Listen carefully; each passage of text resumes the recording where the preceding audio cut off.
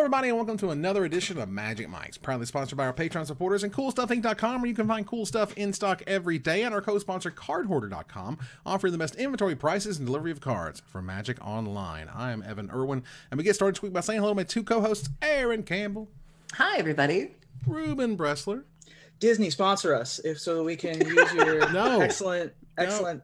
Put us on the Disney Plus. And, never gonna work. I'm almost as cute as the child, as Baby Yoda. You're like the real life Finn Rider. Like you're kind of goodness. Well, we also get started with our trumpet blasts.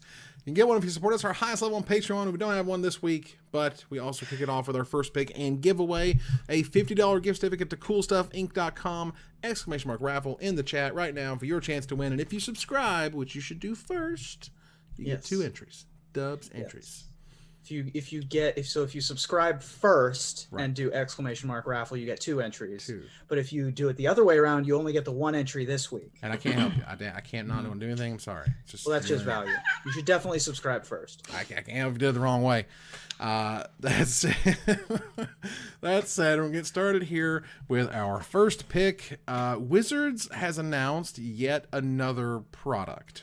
Oof. Now, this one is pretty freaking awesome. I'm going to bring it up here on the screen for you guys. This is called Jumpstart. Now, Jumpstart takes a really cool kind of mishmash of an idea. There's a board game called Smash Up where you have a set of cards that's like cowboys and a set of cards that's like ninjas, and you shelf them together and you have cowboys and ninjas, and that's sort of what the clans or whatever that you're playing for the deck. And there's also there's a card game called Keyforge that was also designed by Richard Garfield. Oh yeah.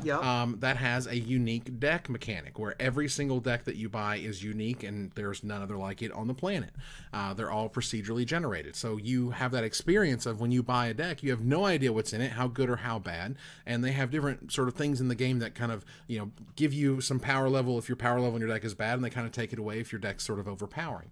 And that's really interesting. But for Jumpstart, as I have it here on the screen, this is a new way to play Magic that mashes together themes and lets you skip the deck building part. The idea is that you're to buy 2 packs of these 20 cards. You're going to shuffle them together, and then you have a 40-card deck to play with. And they're going to have... So the thing is, these boosters are going to have boosters in them. The boosters have boosters, y'all. It's boosterception. Because when you open one of these Jumpstart boosters, you figure out which one of these themes that you've gotten. There are... Is this a Yo-Dog situation? There's 37... Calls it back to the early 2000s? It's pretty crazy. But listen, ultimately, the idea is that each booster contains 20 cards around a theme, and each booster contains what they have is randomized. So the theme has 20 cards in it, but it's going to be from a selection of cards, if that makes sense. Sure. So if it's an elf deck, it's got a whole bunch of elves it's picking from. It's going to have 1 in 3 boosters, includes an extra rare, which is kind of cool. Right. Has over 500 reprints, 37 new cards that are going to be added, just like Commander cards. They're only legal in Legacy, Vintage, and Commander. It's going to be tied closely to Core Set 2021, so there's going to be a lot of shared content. Not there, no surprise there. And every pack includes 1 basic land with art that matches the pack's theme. A few of them use thematically appropriate lands from M21, but most of them use brand new art. It's created just for Jumpstart, which is cool. It's nice. Pre-release June 20th through 21st. And ultimately, this idea of trying to get you to first buy not just 1 pack, you want to buy 2. It almost guarantees you're going to buy 2. The idea that these themes, like one is for example, Phyrexian, and there's one that they say is mythic rare theme that has a set number of cards in it that you're going to get every time you get that theme. And so exactly how the rarities work between the themes, I don't think is super clear yet. But the idea that you can get squirrels and Garruk, and you shuffle them together and you have Garruk Squirrel deck or whatever. You have a whole bunch of different sort of iterations, different ways to play. I do think there's a little awkwardness in that once you sort of shuffled your deck together to kind of sort of break it back into its original themes. Back out. But we're talking 20 cards, right? So it's not the end of the world. Right. This is sounds a lot like Small World. A little bit. Sounds a lot like Keyforge, obviously. Yep. I'm sure there's other examples of this. There's a variation of the Versus deck building game that this sounds like, where you just are trying to combine 2 things together and have 2 different, essentially, superpowers. Yeah. Seems like a cool idea. I mean, this is a well-treaded path. of combining two things together to have different experiences each time you shuffle things together. It's a lot easier to pick up and play than just a booster box of Magic cards or a tournament pack of Magic cards. It's a lot easier to sort of grok than that, and it's also got good replay value. It's not a pre-con.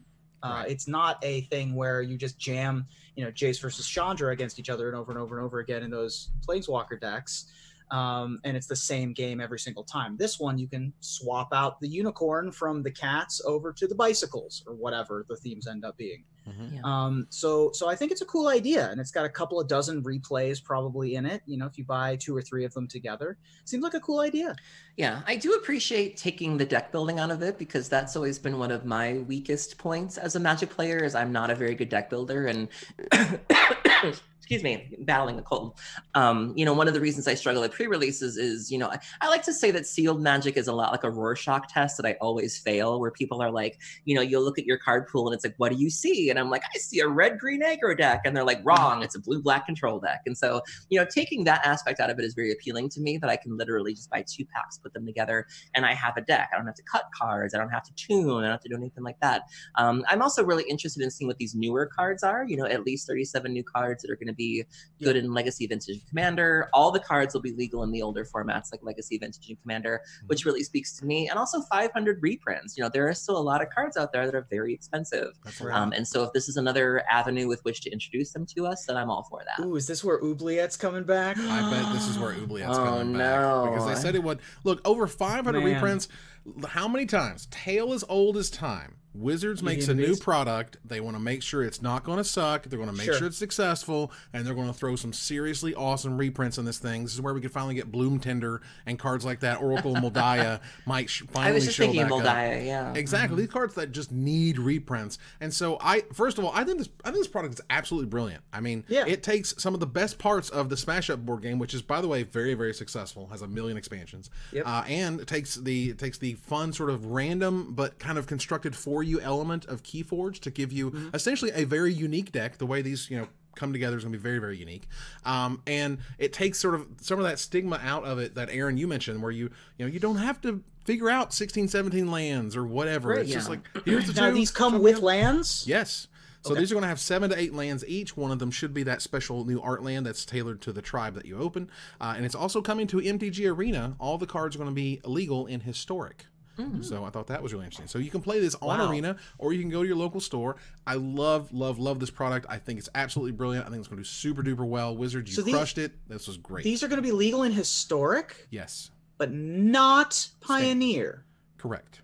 Because, again, there's no Pioneer yet in Arena, but I get you. It's weird. But you understand that, like, the sort of vintage legacy format of Arena is Historic. Oh, I understand. Yes. Still weird. Still weird. Still weird that it's legal in Historic, not legal in Pioneer, an older format. Now, we gotta step back here a second and note that there are a lot of products coming out of Wizards right now. There was a Hasbro sort of corporate shareholder meeting call that they had, where they explained that Wizards is crushing it, and that Wizards has basically been responsible for the gains in their gaming sort of section of Hasbro. They expect, or they want to say, that they're going to double their revenues in like 4 to 5 years, and in order to do that, you're going to have to release a lot of stuff, and you have to pull the money lever really hard, and we'll get to that here shortly. But there was a list of just like, we're literally talking already somewhere in the dozen plus products, let alone what they're going to release further in the year, between unsanctioned mystery boosters, which are coming out March 13th, the Challenger decks, which I think were great, Ikoria Commander. Guys, I don't even have the freaking logo for this year's Commander deck. What is happening? Wow. Why are you doing this? Wizards, please give us information, something. I have a box like shape, and I've got a box thing that you saw at a toy fair that had like the back of a Magic card as the like featured card on it. Ridiculous. Either way, we're talking about Jumpstart now shows up, along with launching on the same day as Core Set 2021, which is fascinating in its own right. Yeah. You have this Commander collection coming out. It's supposed to be also a foil version to WPN premium stores somehow. Zendikar Rising Commander decks, Commander Legends decks. And again, I fully expect Wizards to pump out at least 2 to 3 more products. One of those being the secret lair. As we move on here to gather the townsfolk. Now, Aaron, I want to briefly touch on a thing there, which is, sure. Did you ever play Lemonade Tycoon? It's been a long time. I have. So Lemonade Tycoon, you would set your own prices, you would mix your own lemonade, and you'd see how many, like, what was the best statistics to be able to get the most money. And if you watered down your lemonade, you sold more, but then your customers stopped coming back. And that's what I feel like's happening, is they're making too much. I don't know. I think Maro summed it up the best. Somebody asked him on Blogatog about, product fatigue. And he says it's important to remember that not every product is designed for every player. If you're passionate about Silver Border, then Unsanctioned is for you. If you don't care for it, it's a release you get to just skip. And, that's one of the things I'm really grateful for, is that being more of a vintage legacy player, I'm really easily able to say that a lot of these products are not for me. And so I don't feel that pressure to be at every pre-release and to pre-order every set. And, those are conversations that you can have with yourself of just knowing who you are and knowing what you're all about. And, really saying to yourself, like, do I play standard? Okay, then I probably don't need to do this. Or do I have commanders of those cards in the secret lair? No, then maybe I don't need this. And, just being willing to say that and being able to say, I don't need this, or this isn't for me. It's actually very freeing when you can comfortably say that. And, if they are trying to make as much money as they can, I think it makes sense that they are aiming themselves in different directions of, let's go for the super goofy silver bordered things. Let's go for the commander players. Let's go for the, competitive, whatever Horizon set. Like, that makes sense to diversify your portfolio. I think that both things can be true. I think there can be a lot of products, and also we can get better at saying this isn't for me. Like, Wizards, I think, has definitely sort of spawned out in the idea of it's okay that not every Magic player gets excited by this. Like, yes. just 100%. If you don't care about a mystery booster, that's fine, because there's lots and lots of people who do. And that product is absolutely fantastic. So, in many ways, I'm all about their current strategy. I really love the fact that this Jumpstart thing just kind of came out of nowhere. It's a new, cool idea. I think it's going to do super well. We're going to have another Modern Horizons before it's over in probably a year or so. And who knows what else is going to come down the pike. But with all of those products, and which going to bring in all that revenue, that's what we need. Now there you go. It's just that Wizards has essentially, they've done a lot of things that the sort of traditional stewards of Magic over the past quarter century were said that was too much, that it was burning equity, that you were trying too much too fast, that you're turning more into a Yu-Gi-Oh-esque release system where you release this cards as sort of mythic rare, and then you release this tin that you can get for like $10 or whatever that gives you a copy of this what should be $40 or $50 mythic rare. That's one of their sort of business models, is that they bust down the rarity of the really expensive cards, and then they sell you sort of a collection or a tin or whatever as part of that, which again lets me segue directly into Secret Lair. Smooth. Wizards has pulled the money lever, and then they pulled it again, and then they pulled it again, and here we are. We're talking so many, 3 secret lairs, and we're not even through February at this point. They have announced that they're going to celebrate International Women's Day. And doing so, they have selected a few of the most powerful and influential women from the history of Magic to receive new borderless art from all-female illustrators, which I thought was super cool. They are going to donate $25 per unit sold, benefiting the World Association of Girl Guides and Girl Scouts. Nice. A charity of choice of International Women's Day. And just like the Secret Lair drops, they're going to be available for 24 hours only at secretlair.wizards.com. I'll bring it up here so you can see the artwork here in just a second. But note, this is going to be the most expensive Secret Lair so far at $49.99. The previous were either $29.99 or $39.99. This is the most expensive. And again, I think partially, you can see here that while they're giving half of it to charity, they're also bumping that price up $10 so that profit margin doesn't get hit too badly. This is also, I think, arguably one of the lowest valued secret lairs so far, depending on how you look at it. But at the same time, again, has a really interesting hook. So you can look at this very cynically, right? The cynical view is they're taking advantage of the International Women's Day and they're just kind of milking it to hop on the back of a charity. And then you can take the other side of it is they're doing something that they want to do. They're doing something that's very successful, and they're trying to include something that feels really good on top of it. I think both can be true.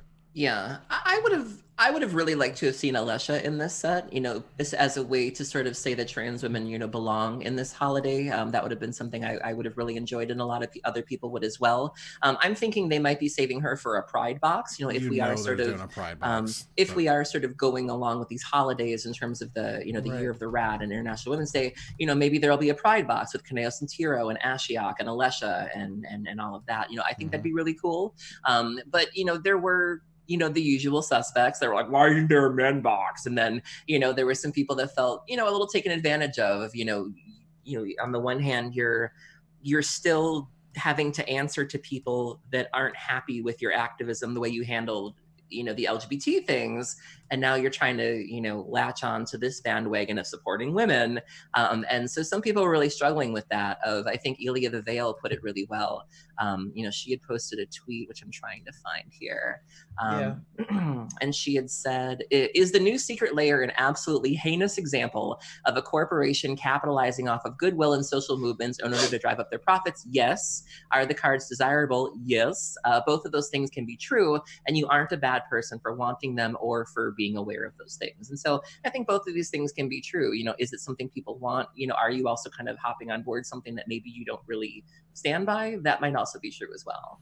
Yeah, the for the cards themselves, I have it pulled up here if you guys wanted to check them out. We have, let's see, bring them up here on the screen for you. We start here with Captain Sisay, who gets a really sweet art from Magali, which is nice. Marin of Clan Neltoth, which, as I understand, has bumped up to like $16 a copy. Yep, those two cards are where the bulk of the value of this box comes from. Narset, Enlightened Master, along with Una, Queen of the Fae, showing up from Shadowmoor. And lastly, Saskia the Unyielding, which I believe is from a Commander release. I think so, yeah. And you get that same artwork as a sleeve on Arena. Do note, I'm betting that they're going to sell that sleeve later, so don't think it's exclusive. That feels so bad. I'm just like, ugh. I don't understand why, like, you couldn't just give them a JPEG. They're giving you $50 for some shiny cardboard. You couldn't just give them a JPEG. One thing is yours. It's whatever. The point is, again, I think you can look at it super cynically, but I can also think you can sort of understand it and appreciate what they're sort of trying to do, while at the same time they're a subsidiary of Hasbro and they're pulling that money lever. Wizards, like, we're barreling towards Secret Lair fetch lands. I'm telling you, I've been nothing but screaming from the rooftops. And when they go back to Zendikar, I mean, like, the narrative writes itself. We wanted to celebrate fetch lands, but we didn't want to put fetch lands back in standard, so we're going to give you a chance to get some fetch lands. Does that count towards my pie bet?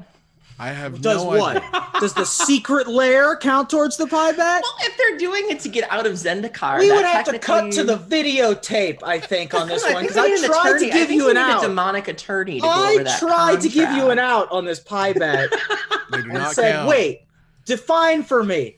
Just we're talking fetch lands in packs," and you were like, "Yep, doubling down. Hit the button." I tried to save you, Aaron. You have no one to blame but yourself and Mark Rosewater. Well, Jeremy at Missouri MTG notes the kind of local game store perspective as he runs one. He says, it leaves a horrible taste in my mouth, regardless of the fact that this is partly going to charity.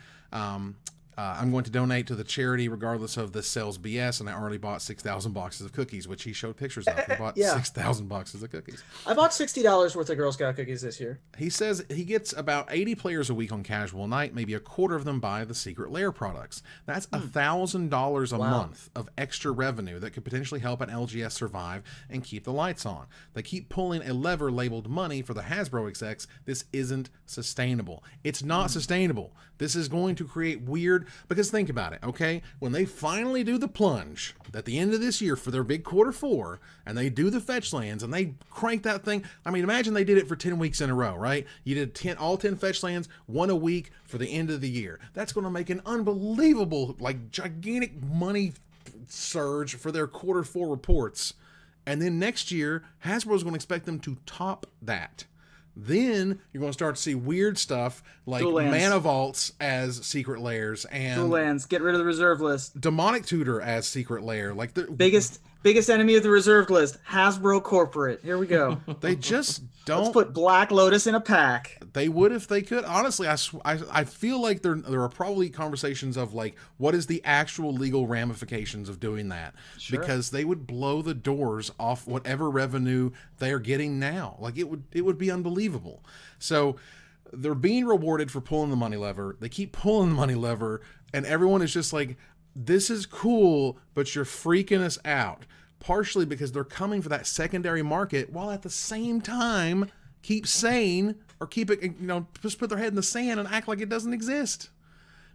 They want it both ways, And in the middle of it, you're probably going to hurt stores/dealers before it's over because you keep selling you're singles. certainly going to hurt stores. Absolutely. The money's going to go somewhere. Dealers, maybe. Dealers can survive. They're often one and the same. But yeah. The point is, it's like you're starting to do things that are kind of warping the value of cards, warping where the money is going to flow through the game. And one of these days you're going to realize that all these short-term games do lead to long-term losses, to long-term burnout, to long-term disenfranchisement. Like we've seen these types of bubbles that they've created in things like the comic book industry, where they've like, oh, we can make a weird variant and sell bajillion, and then they just go hog wild. And it ruins things in long term. It sounds great right now. Their reports look amazing. I bet people are getting bonuses, at Wizards, and God bless them. But I also want this game to be around another 25 years, And I don't want to just screw it up by pushing the power level to maniacal status and cashing in every foil you possibly could put in a box. All right. Let's move on here to the Players Tour format schedule for 2020. There was a gigantic change in the Players Tour events themselves. And as far as I know, beginning April 24th with Players Tour Finals Houston, this is the first PT that does not have a draft portion. Yes. Oh, you had to delete some tweets over this, didn't you? I went a little far. I've done nothing. You danced on its grave. I did. I'll be honest, because I don't care. I don't care if you get mad at me because this is good for Magic. I feel this is good for Magic. Be as mad at me as you want. I don't care. They're like, draft was the stabilizer. You're never going to get these sick top 8s if you don't have draft. And it's just like, yeah, you know what? But I might actually watch the rounds that we have. I was going to say, I don't know anybody who stays for the draft portion. We all tune in for the standard. We tune in for the pioneer. We want to see the crazy brews that you're bringing to the table. Yeah, and it was just it was like you wanted to be like, okay, look, I understand that you like that a lot, but this feels like another one of those things that has just been handed over year after year because no one had the guts to say, you know what, no one watches the limited stuff. Mm-hmm. This has been true for a decade. It's also not very esports.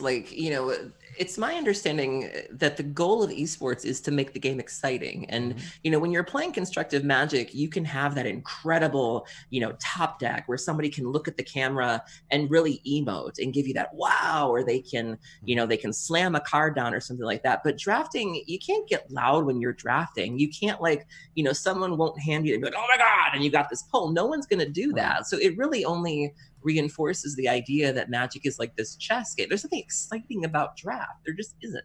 It's tough to sort of follow, and even when they had a whole day to produce, some limited coverage that kind of looked at a different way, we could see everybody's different colors and stuff. That was cool. Viewership still wasn't there, and so as people know, this is just for one season. This is for April through May, essentially, or April through July, rather. The October events that feature Zendikar Rising will have Zendikar Rising Booster Draft, which is cool. That's great. But here's what's going to happen. All of the viewership for the ones that don't have limited are going to be fantastic, and the ones that do are not going to be as fantastic, and then they're going to be completely canceled in 2021. And I don't see it any other way. I can't wait to watch Modern and Standard being played by the pros at the PT. That sounds like an awesome time. SCG figured this crap out, 8 years ago, 9 years ago? Constructed is what people want to watch. There were some concerns from people about card availability. If what I'm seeing is true and I'm understanding correctly, the formats are going to be happening on release weekend. And so there were some tweets from people that were saying, how do you expect people to have cards for 2 formats on release weekend where, if you have your standard and your pioneer deck and they share overgrown tombs, you'll need 8 overgrown tombs, or you'll need to swap them out somehow. And so some people weren't too sure about that. So there was some criticism regarding a straight constructed event. But I do agree with you that, draft is just not exciting and people don't tune in for it. I mean, look, I love it. I respect it. I appreciate the people who like it. I didn't mean to be like a dick about it or anything. I was just like really happy to see something I've been waiting on for years. I've been waiting for years for Wizards to finally do this. It's just the numbers have never been there. No. And I don't know who kept arguing it was the right thing to do, but it was not the right thing to do. Let the record show that this would have been a red zone had Evan ever shut his trap, and that he's wrong and I hate him. Wow. And that draft is the last bastion of true Magic left. Whoa! After deck lists have become public the Thursday before the event, and the only true skill left in the game is drafting at the table and being next to other people next to you, and limited is the showcasing of the skills that you need to have if you want to be a Magic the Gathering player. The 3v3 draft is the purest form of street ball magic that exists. For God's and if you disagree, you're a casual. That's what I have to say about that. Go back to your esports. You want good viewership? Good for you. I want to see who the best Magic player is. Get out of here. My Magic the Gathering championship. Go do you want to have a good TV show. I know. God forbid. I want people to be excited about Magic all the time instead of just like 70% or 60% of the event. It's ridiculous. No one likes this except the pros. People like you were in charge, and they're not anymore, and I'm so They're going to stop releasing Magic the Gathering sets. They're only going to release the 12 sets that are good and standard, the 12 cards. The other 300 cards can go die in a bonfire. They're never going to see play. Nope, except in Arena every week. 2 4s for 4 with the set's keyword ability. Don't need to design those anymore. All we're going to do is come out with 12 mythics and questing beasts, and only release those from now on. Sets are going to be reduced because Evan cares about ratings. Ratings! God forbid. I want people to be excited. Oh my God. All right. Is it a tournament or is it a show? Exactly. Are you a tournament that features a broadcast or a broadcast that features a tournament? You have to choose, and finally they chose broadcast that features a tournament because that's what we want to see, and everyone will show up and watch those. They will. And the pros will be like, oh my God, we're not going to find the very best one. And like, I just don't care. I just don't care. I didn't care when you didn't like it because we couldn't draft with people or draft with bots. That's been super successful. Didn't care when real draft, it means you can't do a draft league. Don't care. I like to play Magic in different forms, and this weird, you have to play it this very specific way to find out who the real best player is. Get out of here. Red zone, y'all. Love it. All right. Vomit. Speaking of exciting things that get people excited, Ikoria, Lair of Behemoths, is barreling towards us. And, there were box toppers, little packs with just one card in them, in Ultimate Masters. And those were really sweet. And I opened exactly one, and that's what I got out of it. Nice. You should know that. It's just hanging out at my desk. Nice humble brag. Thank you very much. I think it's lost a lot of value since I opened it, funny enough. For those listening on podcast, Evan just held up a Magic card, forgetting that we also have a podcast. You're right. Extended Art Liliana of the Veil was what I had opened, and it was great at the time, super exciting. So, Wizard of the Coast is giving you a box topper with Ikoria. So, I don't know what it's going to be. Don't know what, obviously, the cards are going to be in it or what have you. But the idea that it provides more value to buy a box of cards, it also provides value to the LGSs, because if they crack a box in order for drafts or something in the store, they're also going to get that box topper on top of that. So it helps both ways. If you want to buy a booster box, you get extra value, and the stores get extra value for running events with that set, honestly. So I thought that was really sweet. This to me seems like a win-win. Okay, both of you are in agreement or don't care. I was trying to think if there was anything for me to add here, but other than that, I know literally nothing about this set, so I'm not sure. I know Vivian's on it. I know there's going to be a Beast and maybe Kiora, but I don't know what you just said.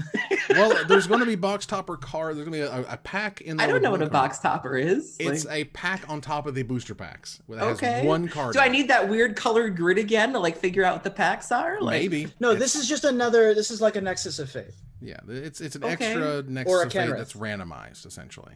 So good luck, Godspeed. I hope they're awesome. I'm just saying that box toppers are great, and that's good for Magic. Speaking of things that are good for Magic, the Command Zone, Hey, I'm back. here we go, has decided to publish a scale of how do you rate your deck / play style. Let's go ahead and get that on the screen. Aaron, tell us about this one and how you feel about it.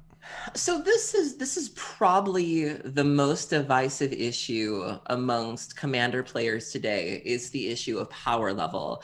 When I went to Command Fest Chicago, we had little ribbons that we could attach to our badges that let people know what kind of experience we were looking to have. There was a casual ribbon, there was a casual competitive ribbon, and then there was a competitive ribbon. And I think they had them in Vegas too, during the debut of the Command Zone. So you can make sure that you were being paired with people who felt the way that you do about Commander, because that's probably the number one reason why Commander games don't go well, is that you're all on a very different page. And so there's been a lot of talk about how to make that better.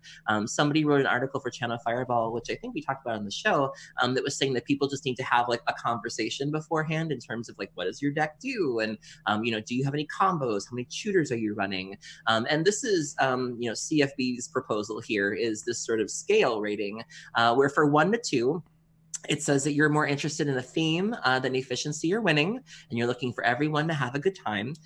3 and 4 is casual. You're trying to win, but with limited resources. So for example, like a pre-con deck. 5 or 6 means that you're more focused. You have powerful card interactions, but few or no infinite game-ending combos. 7 and 8 means you are optimized. There's lots of infinite game-ending combos and many powerful cards, but some of the cards are not from the highest tier of Commander cards. And 9 to 10 is basically like you're here to push it to the absolute limit. And so they're going to be testing this at MTG Reno, which is this weekend. And so hopefully it goes well. This was a big part of the reason why I didn't play Commander for a long time, and why I'm still very picky with who I play Commander with. And some people propose other ways of doing this as well. My friend Andrew McGreeny had posted the possibility of an exit survey where players can rate their decks as part of signing up. You're matched with players who have given themselves similar ratings, and then at the end of the game, your opponents rate you in terms of what they thought your decks were, which I thought was a very good idea, because sometimes we are not the most self-aware people. So you might think you're playing with a 4 or 5, and then somebody gets done with you and they're like, it's more of a 7, girl. And so I really like both of these things. I'm anxious to see how it shakes down, but I do appreciate them taking some step to fix this, because it's a very controversial issue. Yeah, it feels like, sort of how big of a, prick are you going to be in this game kind of scale? Like, are we in CEDH territory here? Like, do you really just want us to all lose as soon as possible? I don't play a lot of Commander, so I don't know, but it just seems kind of, once you get sort of past 6 or 7, like you're just in like your own kind of echelon of like, we're just here to watch everyone go completely nuts and go nuts as quickly as possible. Yeah, I mean, I personally find the idea of competitive Commander to be kind of an oxymoron, because I just don't equate Commander with being competitive in any way, shape, or form. But there are some people who do. CEDH is a subsection of the community that the Commander Advisory Board has said is valid and deserves to be there and deserves to be listened to. So I do think there is room for them at the table. And likewise, I think that they also want to make sure they're playing with the right people. Like, I don't know anybody who plays CEDH it's like, I'm here to wreck your day. I think that they also want to make sure that people are, sitting down at their tables and knowing what they're getting into, so that both of them can have a good time. Well, who's sitting down at tables? The people who are going to Jeremy at Missouri MTG's Legacy event. A $40,000 event with 200 seats, $200 buy-in, and for those who count at home, that is the poker style where the entries equal the prizes. So only 200 slots, sold out in 33 minutes. Yep. All right, I'm going to be the downer here. Oh boy, here we go. Really? So this event is a success. No one's saying that it's not successful. Yes. However, I don't think the needle is going to move anywhere because of this event. The issue with Legacy GPs wasn't that people weren't coming. It wasn't that they weren't profitable. It's that it wasn't bringing new faces into the events. And that's what Wizards has been prioritizing lately. They want people that they can bring into the game from Arena. And it's very hard to bring people into Legacy with the reserve list out there. The people that are coming to Jeremy's event are dyed-in-the-wool Legacy players. players. He's not bringing in new faces that tuned into a random stream on Twitch one night and decided to buy into Legacy. So his event is very successful, but unless you can solve the problem of how to bring new people into Legacy, unless you can prove that you're able to do that, or unless Wizards backpedals on their vision to start focusing on new players, it just doesn't mean anything. It's apples and oranges. And so I'm really happy for him. I have a lot of friends who play Legacy that are very hyped for this. I would even go out to this, but I don't think it really changes anything in the long run. I do think it might encourage more TOs to like do this sort of thing, where they might look at an event like this and say, I didn't know it could be successful. Maybe I can do this too. But I think that what they're going for is not what Wizards is going for. And so ultimately it's not going to fix anything. I agree with you.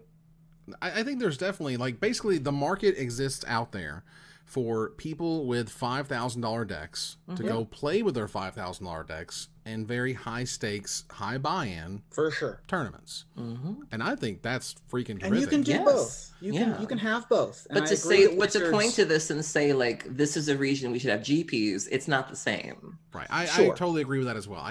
This isn't going to move Wizards needle at all, but I do think it's going to move the needle of, wow, maybe we could have high buy-in tournaments. Maybe we could have old school, you know, it takes vintage, legacy, modern, old school. I mean, exactly. Pioneer, maybe. Well, even Commander. I mean, that's one of the reasons the Command Zones did so well, is because people were willing to pay for a premium experience, where grinders will play in a garage if it means they get a Pro Tour invite at the end of it. They don't care. They don't care about seats. They don't care about all of that. But a Commander player will absolutely pay more if it means that they're not asses to elbows, if they have access to water coolers, if the chairs are comfortable, if there's tablecloths, good lighting.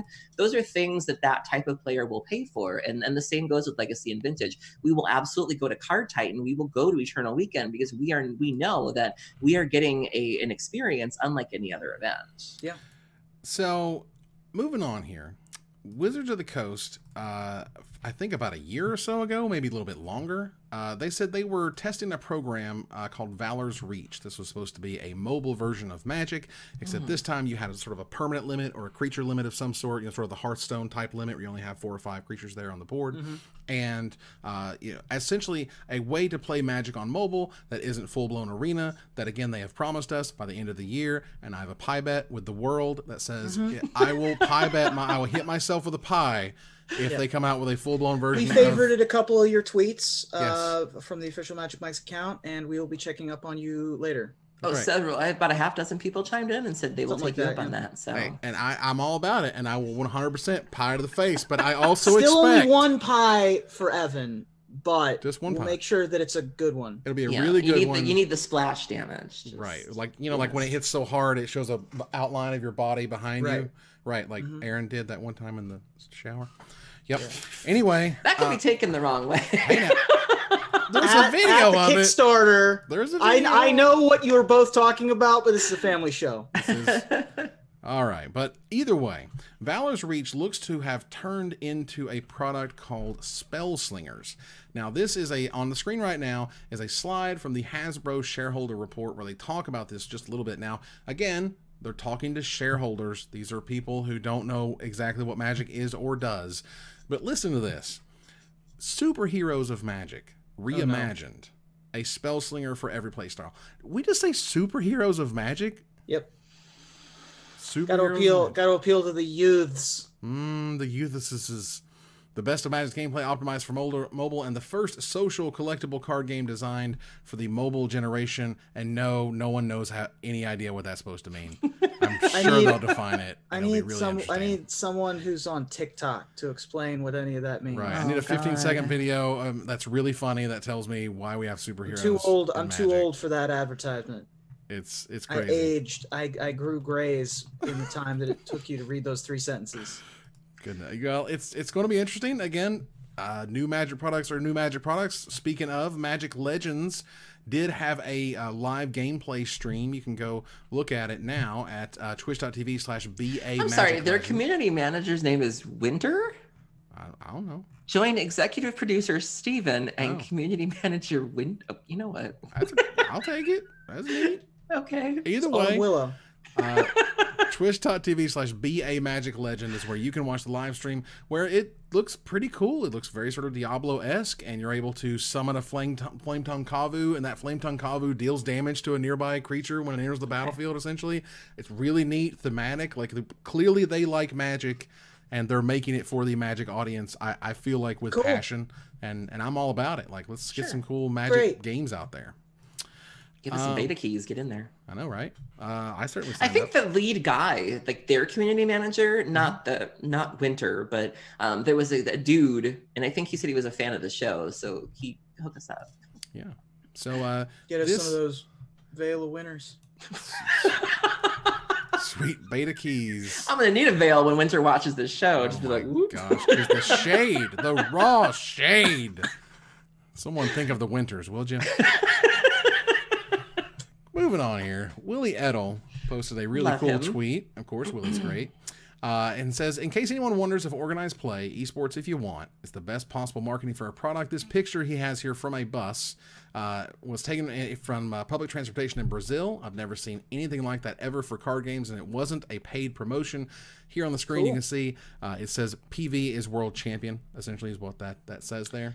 I think Corey Baumeister ended up on the news recently. He did. He ended up on local North Dakota television. Good on him. Which is really sweet. But this is a reach that you just only see when you do something like win a world championship. And there was a really cool quote that they used in some marketing where PV was like, no one understands what a players tour or a pro tour or whatever is, or a mythic championship, but they know what a world champion is and what that means. They will know. Awesome. I mean, that's what the advertising. That's what Sir Mix-a-Lot said.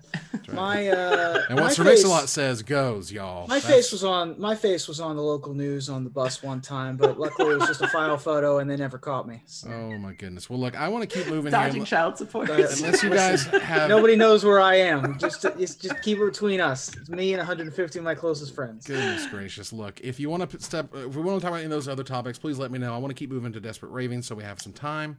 I do. I definitely want to touch on Loading Ready Run. Just recently released a new Pride shirt today. Sure. And not only is the shirt beautiful, but I do want to touch on kind of the little bit of shade that they threw here.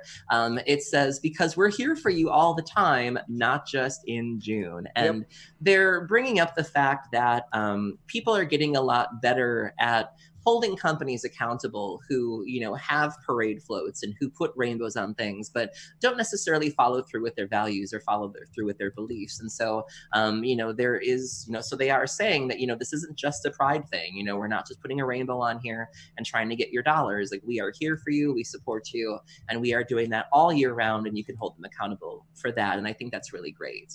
Yeah, that is really sweet. LRR.cc/pride will take you to their store if you want to get one.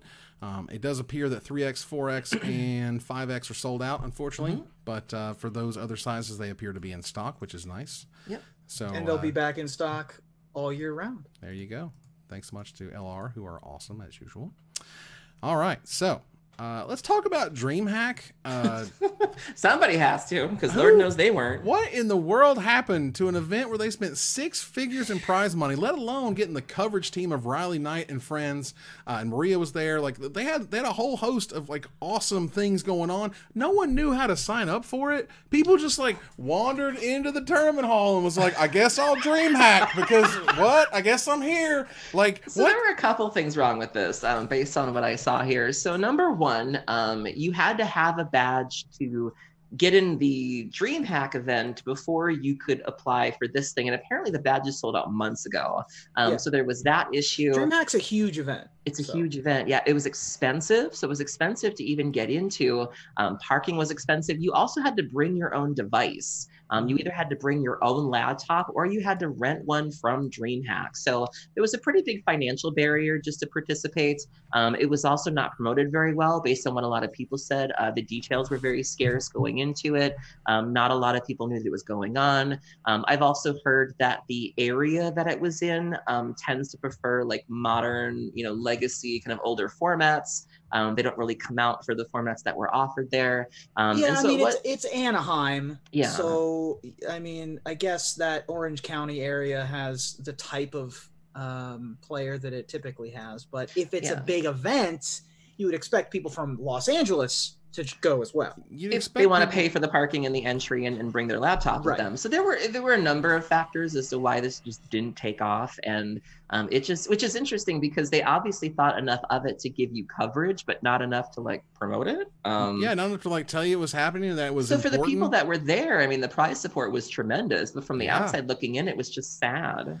Like there's this, they did like a videos for like, you know, the post-event video or whatever, where they were trying to sort of, you know, make these shots of people like awkwardly holding their laptops and hooking up Ethernet cables to be somehow exciting. Like I kind of just felt bad for them because they're mostly empty. There's like this big empty room. There's tables that are empty with a bunch of cables on them. Somebody's lugging up their backpack or whatever. I'm just like, God, guys, I guess you held them in and you gave away $100,000 and to like 96 people. Like SCG's viewership crushed the viewership of this 6-figure tournament. I mean, no one was talking about this. No one was watching it. It was just a disappointment. It was like I just feel probably should have gone to this. I probably should have gotten off my butt and gone down to Anaheim. But I mean, man, who that's knew? a long drive. I know, right? Whew, and the parking. Let me tell you, parking's bad in Anaheim, man. Parking's a rough one. Well, so no one knew about it. Speaking of nobody knowing anything, did you know that this weekend is the Pioneer weekend at LGS? I sure didn't. You know that? That's supposed to go and play Pioneer this weekend? I was today years old when I learned that. That's right. So now you know that there's supposed to be a feature, a highlight from your LGS for this weekend to play a Magic Weekend. Whoa. I'm looking at this now. Pioneer is a non-rotating format using cards from Return to Ravnica. It was created to serve the role once filled by Modern. Yep. Ooh, step aside, old man. This is official WPN lingo. Like, ouch. Dang. It's like the live action remake of Modern. You're like, dang, man. Your time is over, Granddad. Step aside. Yeah, so it's just crazy. Where I'm just like, wait a minute, what? And of course, you know, Brian, from the professor from Palladium Community College, points that out as well, which is ridiculous. But I cannot let this week go through without pointing out my favorite thing that I've seen in months and months, maybe years, for Magic the Gathering. I'm gonna bring it up on the screen right now. They are going to, there's a whole brand called the World's Smallest, and they do this to a whole bunch of different brands. They have like the World's Smallest G.I. Joe figures, stuff like that. And this World's Smallest brand decided to pay some attention to Magic the Gathering. And so here on the screen, there are images of the world's smallest Magic the Gathering deck. These cards are about a quarter of the size of a regular Magic card. At least, you know, just sort of eyeballing it here. And this is the Jace versus Vraska dual deck. And like every card in it, far as I know, is completely represented. That one says, yes, actually works. Yes, it does. And it kind of has to, you know, this is for like, you know, the dollar stores, the Walmarts of the world. You know, you have to be real clear what this actually is and or means. Wow. But these are the full cards. These are the actual full Magic cards, just in smaller form. Right. And that to me is amazing. This novelty is incredible, but here's why it's incredible. If we are reading letter of the law of the reserve list, you should be able to make miniature versions of all the cards on the reserve list. Little tiny Moxes, little tiny Bazaars, little tiny Tanjas. Baby Bazaar of Baghdad. Oh my baby, God. I need to Muppet Baby my reserve list, please. Thank you. Give me the Muppet Baby version. Mox Baby. You could buy. I would buy 100% if you were like. We're all baby. Baby Lotus. Top 4 vintage, you know, championship decks, all 75, all miniature versions, $50 in a plastic shell or whatever, all day long. People are gonna start hosting tiny Magic vintage tournaments. Why not? Who cares? Oh, I love it. If you can print them, people are going to play with them, and people are going to collect them, and card shops are going to sell them. Like, I 100% expect at one point or other that CSI is going to be selling these miniature cards, because it's just, give me a little bit of promotion. Tiny leaders! I know, the actual tiny leaders. Yeah, the real tiny leaders. See, Wizards can also lean into that. So here's the big thing. This did not come from Wizards. There was not somebody inside Wizards who championed this product. This is a licensed product from a company who was like, oh, wouldn't it be kind of cute to make like miniature Magic cards? Right. And I think they actually stumbled onto a gold mine. The idea, just for the novelty, I'm not talking about playing with them, just to like have a little set of Moxen up on my desk right there, that would be incredible. To have like little your earrings, little play set of Tundras up there. Like, are you kidding me? That is so cool. That is super neat. It gives a way to actually print more Black Lotuses and Moxes in the world. There's the novelty thing. There's the playability part. I think this is great. I can play it on the airplane. Telling you, isn't it? Just right there. It's a great idea. I love it. I think it's beautiful, and I think Wizards a booster box the size of a deck of cards. Mm-hmm. Why not? Like a grilled cheese sandwich. I mean, like there's entire cultures built, or entire fandoms built around taking things and shrinking the living crap out of them. And I know Wizards is definitely interested in the Japanese market more and more these days, and shrinking stuff down is kind of a thing over there. I always just think of travel-sized games. Like I remember growing up and having like your little baby Monopoly that you would put in the car between like you and your friend. Little magnetic chess set. Yeah, like that was always an appealing thing. Do note, and thank you so much to Radian in the chat here. Magic Legends will be at PAX East this coming weekend. Ooh. You can play it on the show floor, so that's pretty sweet. You won't leave the booth empty-handed. Exclusive Magic Legends swag awaits you after a play session. That's pretty dope. So go check that out if you happen to be at the show. And thanks again for the viewer for pointing that out. Let's see here. We're barreling down here a little bit. There was something really interesting that happened at SCG Indy, where this was cool. This was really interesting. Someone couldn't make it through the thread. Well, basically what happened was someone had a Gideon of the Trials out, and did 0 to get the emblem where you can't lose the game if you have a Gideon. And someone else had a, what was it they were triggering? Ultimated the 4-mana Chandra, Torch of Defiance. Yeah, the ultimate the Chandra, which deals damage to a certain target at every upkeep. Right, but they didn't, the confusion was the targeting from Chandra is strange because it was printed before the damage redirection rules. Right. And so I'm sorry. So they'd asked an L2. They said, "Hey, Judge, how does this work? Can I target a Planeswalker?" And they said no. When you actually can totally target a Planeswalker. So you get down to the point, essentially, where the L2 gets the head judge after they note that the opponent should have won the game, quote unquote, because Chandra would have killed Gideon a million turns ago or whatever. And at this point, the main player here that we're talking about had a Approach of the Second Sun about to trigger, so they were about to win when they realized the mistake of the judge previously. So you can't rewind. Game state is irreplaceable, irreparable, whatever. Irreparable. There we go. Irreparable. And you're the head judge. What do? Well, boy, this sounds like a no-win scenario, doesn't it? Pretty much. She says, I'll tell him that if I win if I untap, which my opponent concurs, and we can't back the game up. So the head judge says that both of us have the right to win, me via the play that occurred after the call, and my opponent should have won, but the call was wrong. So the judge says the game state is unrepairable and that he needs to speak to someone else. And before you know it, the head judge returns and says the only way to fix this is a double win, moving both them and their opponent to 5-1.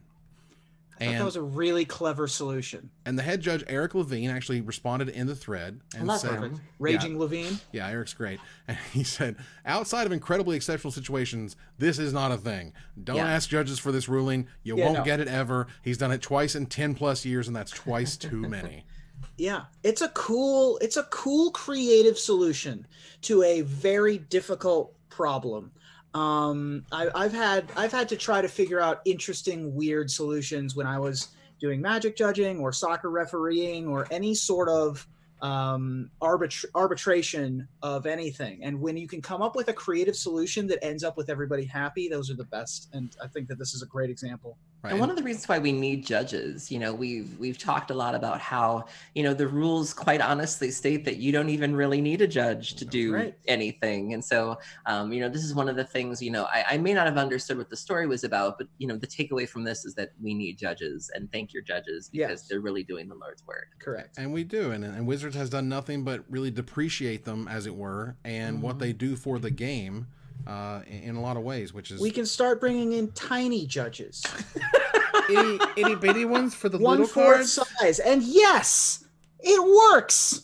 That's right. It 100% totally works. No, Honey, I Shrunk the Judges. This solution, I love that. This solution is so out there. It's not creative. Codified anywhere. No. Like, it exists because the head judge says it did, and he has the final say, but, like, this isn't in the IPG somewhere of how to give the double win. It's just, well, the situation was so crazy. There you are.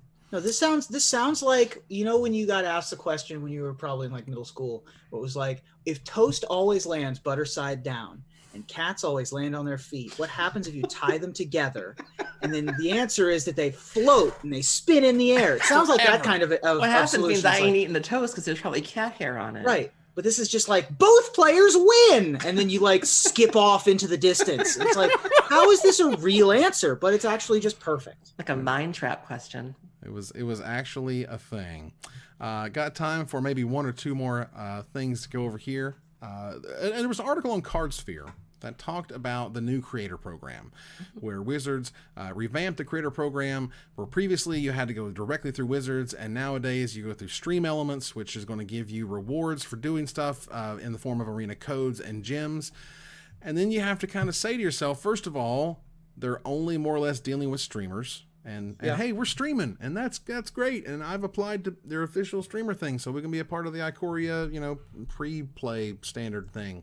But early access event. Early access, thank you. And you know, that's awesome. But like, if you're on YouTube, you're the professor. You can't really be involved. Stream Elements isn't your thing. You're making YouTube videos for hundreds of thousands of people, but that's just not really what they're going for or putting a lot of resources into.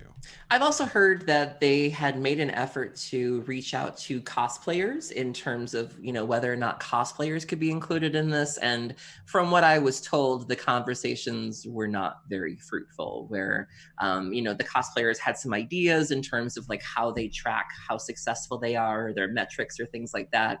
And Wizards just didn't really get it or didn't know what to do with it, and said they were going to table it and come back to it. So the cosplayers I talked to weren't too optimistic about this either. There really hasn't been, I don't think there's been any new developments in terms of the Greenlight Fund that had been brought up there.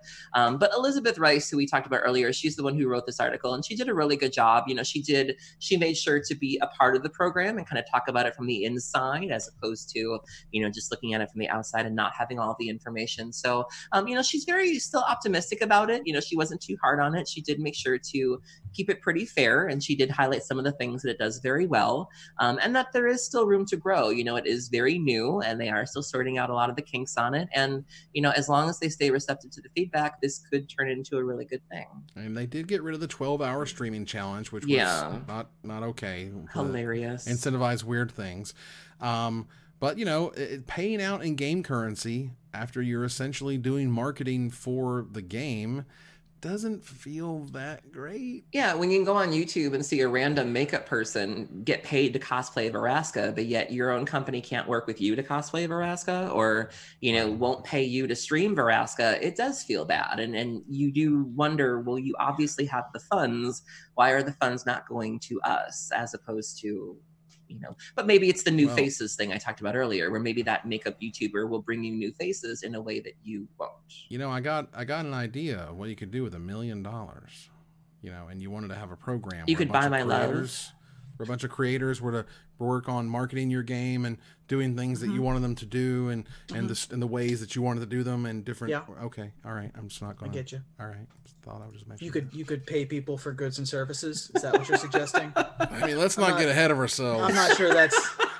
Come on, that doesn't sound like the capitalism I signed up for. That's a little crazy on my end. And real fast here, there was an article. I'll link it here in the chat. It'll be in the show notes, by Steve Sarumi, who has been streaming full time on Twitch for about 2 years now.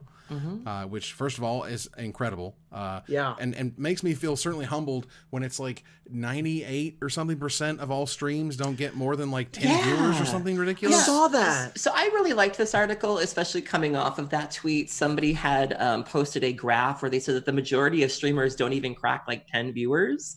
And so it's very easy to look around and see people like, you know, Caleb Durward or, you know, Martin Yuza or Ali Antrazi or Bloody or whoever, and feel like, you know, far removed from that, but the opposite is true in that they're really the exception to the rule. You know, they're really the ones that are doing spectacular things, and you know, those are heights that most of us will never hit. So it felt really good to see that graph, but it was also really nice to have somebody who is successful at Twitch really talk about why they are, because I do feel like whenever I've talked to like successful streamers, they don't really delve into that, where they're always very opaque about it. And they're like, well, you know, hard work and like, you know, bring snacks and like nothing you can really do anything with. And so I do appreciate that he pulled back the curtain a little bit and talked about, you know, how to get started, you know, how to make sure that you're on the top of the page for your game, really getting into the nitty gritty of this. And so I did take some things away from this. And so if you are somebody who is streaming and really wants to know how to get there, I think there's some really good tips here for you. Also, we try to host folks at the end of the show, and we try to raid people. I don't know everybody. It's sort of fallen on my responsibility to try to host people, and I often default to people that I know or have heard of. And if you know anyone who are nice people and have 5 viewers, 10 viewers, let's make their night and raid them at the end of the show. Ask Max Ruby and let him know. Or put it in the chat, because I'm not looking at Twitter right now. Right. Well, I'm saying is you're on Mox Ruby on Oh yeah, Twitch. You can. I mean, you can. I'm looking at the chat. That's what I'm talking about. All right. If you're gonna at me, combat me. But... Goodness gracious. Well, look, real fast, just so we can get out some information from people. He notes, stream consistently and set a schedule. Make sure you raid other streamers. Hang out with other streams to network. Invest in graphics so you have a good first impression. A good graphics person can help not only just you, but like an entire business. Make sure you have good graphics people. Sell your couch to buy a capture card. You're no. These are joking things. And these are and set up at least 3 dog cams on your overlay. I'm all about that. We're getting the new Magic Mike's dog overlay coming next week. None of us even have a dog. I know, right? Do we even have cats? Do we even have animals at all? I don't even have an address. I mean, you could put a cam in like the living room and we can watch your kids. It's the closest to animals you have. I'm just saying. I think they need to be fed and watered. You gotta let them out every once in a while. Come on, y'all. Woohoo! All right. So let's turn the page here. Turn the corner to the finisher, which we begin with our giveaway. And thank you. Wow. Allow me to take this moment to tell a really quick story about my sister. I love my sister. She is like the ultimate badass. Like my sister had the quarterback of the football team come and apologize to me in high school for messing with me. Ooh. That's how badass she is. Wow. And I got to see her, in unfortunate circumstances because my grandmother passed away. But we were hanging out and we were talking, and she was talking about how she had essentially cut, somebody out of her life. And the way she put it was, she says, "When I tell you to F off, there's a period at the end of that sentence." And I was like, Rhonda. I would like to meet her. Rhonda? Yes, she is amazing. And I was like, "You haven't talked to so-and-so in like 3 years?" And she's like, "Yeah, tell somebody F off. It's a period at the end of that sentence." And I'm like, I'm using my that. My friend Daphne ghosted me for one of my birthdays. I didn't talk to her for 4.5 years. Wow. Goodness gracious. Well, there you go. So, Jeepers. Whew, let's get to our thanks here. Y'all some vindictive mythic rares is what you are. Tell you what. Sure. This week, Simon, did you really put that last name there? What is that? How do you say that? How do you say that? Simone! First of all, it's Simone, because I misread that too. Because I was so distracted by that name, I cannot... Lim became? Her last name is Lim. Lim. And there was a missing space. Oh. Because became is the next word in the sentence. So I saw Lim became, and I was like, what does that mean? What are you talking about? You freaked out at, man, you're not good with teleprompters, huh? It looked like a last name, man. Okay, this week. There we go. The professionalism of this podcast has went downward. This week, Simone Lim, God help me. This week, Simone Lim became the 2020 Pokemon Oceania International Juniors champion. This would be an incredible feat for anyone competing in the event, but even more so because Simone is just 7 years old. Yeah, she is. Clearly cut from the same cloth as our buddy Rhino, aka MTG Young Mage, Dana Fisher, and Reed Duke, who himself began playing Magic when he was just 5. But Magic and Pokemon aren't the final frontier. So tell me, where will Tiny Tots tower toward top tournament trophies tomorrow? I was waiting for you to screw that up. And yet I didn't. Yeah. Thank you. Aaron?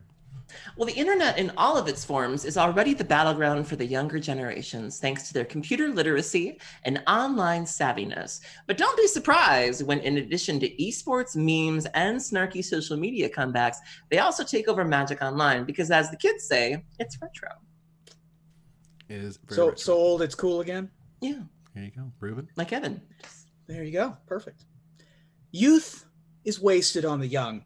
And there are many athletic endeavors where innocence and miraculous healing capabilities of youth can come in handy, like gymnastics, skateboarding, and of course the ultimate prodigy game, chess. But I think the stage is set for a youthful revival in the oldest of games, the old ball and stick, because really that's all we can afford anymore. In this economy, right? This economy? That's right. Stick fun. You have a stick and a ball in this economy? What? That's a lot of damage. Wow. Goodness. The game I expect those irksome youths to get a monopoly on next is Monopoly. Because if there's one this coming generation, there's one thing. You keep missing words, buddy. If there's one thing this coming generation gets, it's understanding how greedy landlords live only to smush everyone else on the board. And there's no such thing as free parking.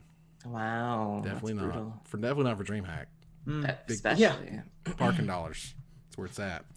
And that ends another live episode of Magic Mics. Thanks for joining us here to discuss all things Magic. Thank you, Aaron. Thank you for having me, and thank you to our awesome listeners. You're great. Thank you, Ruben. I am once again asking for you to subscribe to our Patreon and follow, lean in like, it. tweet, and favorite. I'm gonna give you a week to like polish it because you can do better. He's going there. It's getting there. Angrier, I yeah, like it. raspier. Just Well, we move here to our final slide. I want to thank our sponsor, CoolStuffInc.com, our co-sponsor, CardHoarder.com, my co-hosts, Aaron Camel and Ruben Bressler, you guys for watching or listening, and hope you support us at patreon.com/magicmics. Please follow, like, tweet, favorite, share, subscribe to everything social that tells people we exist. Catch us online on our Discord, twitch.tv @MagicMics, on Twitter @MagicMicsCast, our Magic Mics subreddit, and like the Magic Mics page on Facebook. Talk to us privately at magicmicspodcast@gmail.com. Follow the audio-only podcast at magicmicspodcast.libsyn.com, or find us on iTunes or Spotify. Or join us here next week, same time, same place, for another episode of Magic Mics. Good night, everybody.